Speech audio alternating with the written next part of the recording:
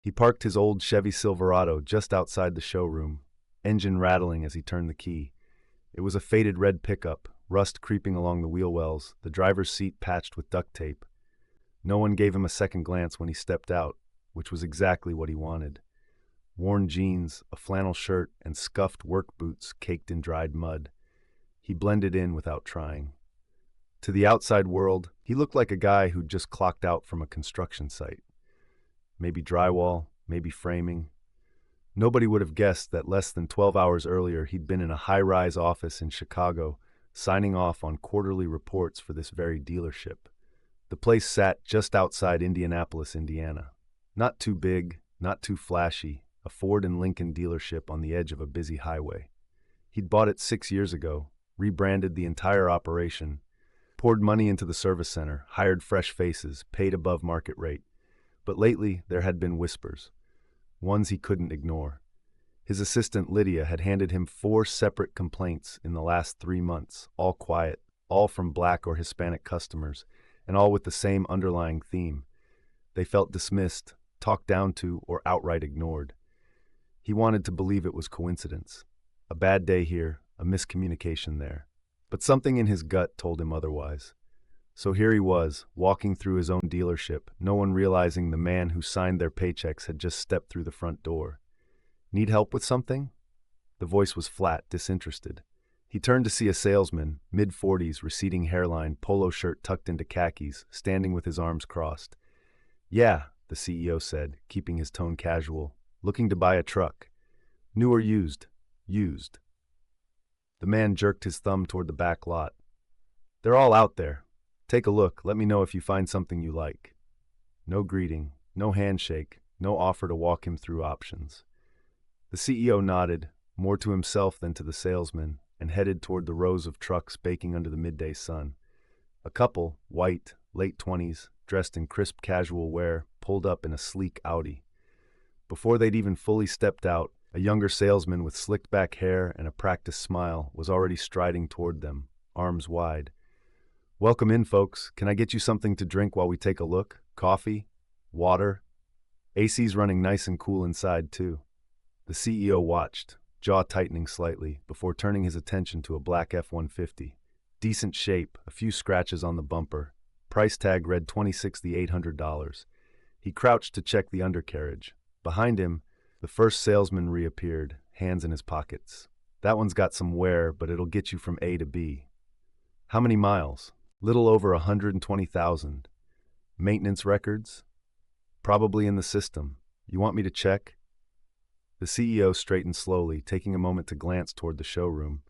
The couple was already inside, laughing with the salesman as he pulled up specs on a tablet. They hadn't even looked at a single vehicle yet. He turned back to the man in front of him. "Yeah, I'd like to see the records, and maybe take it for a test drive." The salesman sighed like it was the biggest inconvenience of his day. "Sure, I'll grab the keys." As the man walked off, the CEO pulled out his phone and opened his notes app. A quick line. Black F-150. Salesman didn't know mileage offhand. No records ready. 0 effort. This wasn't about being difficult. This was about seeing the truth.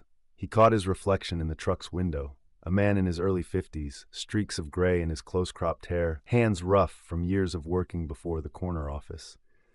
But his eyes were sharp. He remembered too well what it felt like to be sized up, to be treated like he didn't belong.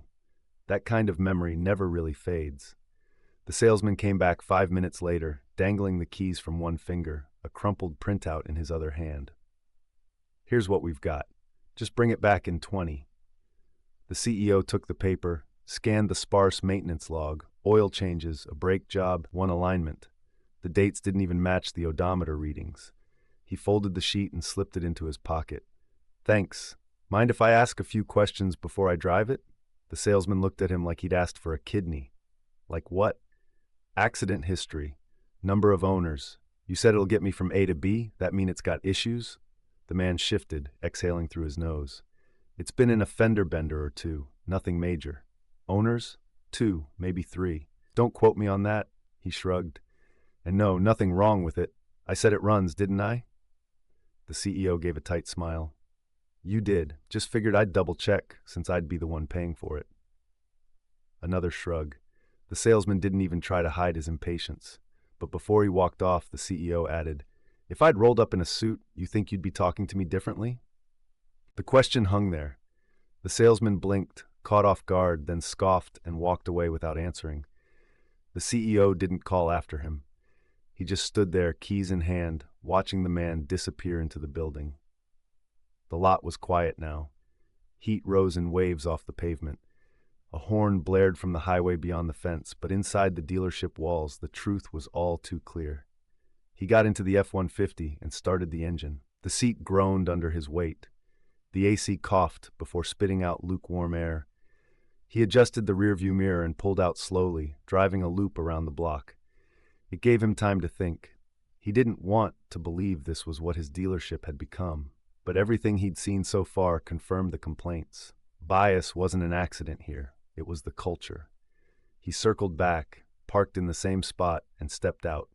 Inside the showroom, the bright lights and polished floors made everything look pristine. The couple from earlier was now seated at a desk, sipping bottled water while the eager salesman pointed at a screen. No one looked at him as he entered. Not the receptionist, not the manager typing at his computer. He might as well have been invisible. He walked straight to the front desk. "Hey, I just test drove the black F-150. I'd like to move forward on it." The receptionist, a woman with a high ponytail and a bored expression, glanced up. "Which one?" 2017 F-150. Black, 120,000 miles. She tapped a few keys. "Let me find someone for you." No smile. No thanks for coming in. Just indifference.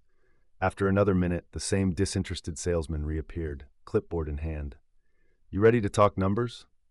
They walked to a cluttered desk in the corner. The chair squeaked under the CEO's weight.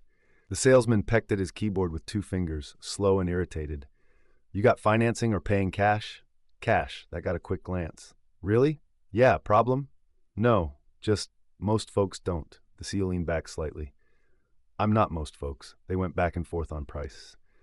The salesman pushed add-ons, extended warranty, paint protection, fabric coating. The CEO declined all of it, polite but firm.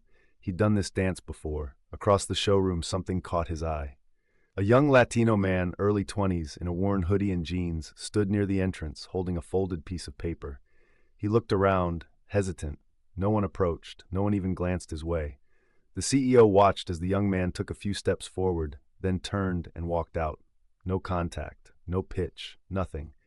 His jaw clenched, but he kept quiet. Back at the desk, the salesman slid a paper forward. "Sign here if everything looks good." The pen was halfway to the paper when a voice cut through the showroom. "Why is he getting helped when I've been waiting here 10 minutes? The CEO turned. A black man in his 30s, dressed in slacks and a button-up, stood near the service counter, arms crossed. His voice wasn't loud, but it carried. The receptionist blinked. "Sir, I walked in before him," the man said, nodding toward the CEO. "I've been standing right there. Nobody said a word to me." The salesman shifted uncomfortably. "I'll be with you in a minute, sir." The man didn't move. "That's what you said 5 minutes ago." The CEO set down the pen. The room had gone quiet. The couple at the other desk had stopped talking. The younger salesman had frozen mid-sentence. The CEO stood, and that's when everything changed.